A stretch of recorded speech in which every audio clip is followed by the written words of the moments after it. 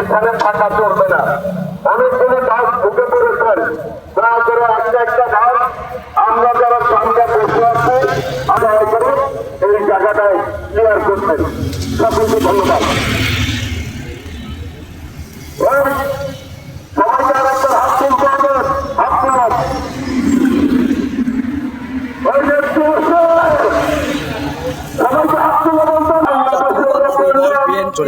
শহীদ রাষ্ট্রপতি জিয়া রহমানের প্রতিষ্ঠানের একটি দল। ইনশাল্লাহ আজকে আমাদের তারেক রহমান দেশে আসছে। ইনশাল্লাহ তারেক রহমান আগামীতে জয়ের লাভ করবেন এবং দেশের জন্য ভালো কিছু করবেন এই প্রত্যাশায় আমরা এই দেশের জনগণ করতেছি। আর উনি একজন সৎ রাষ্ট্রপতি, জিয়াউর রহমানের প্রথম সন্তান।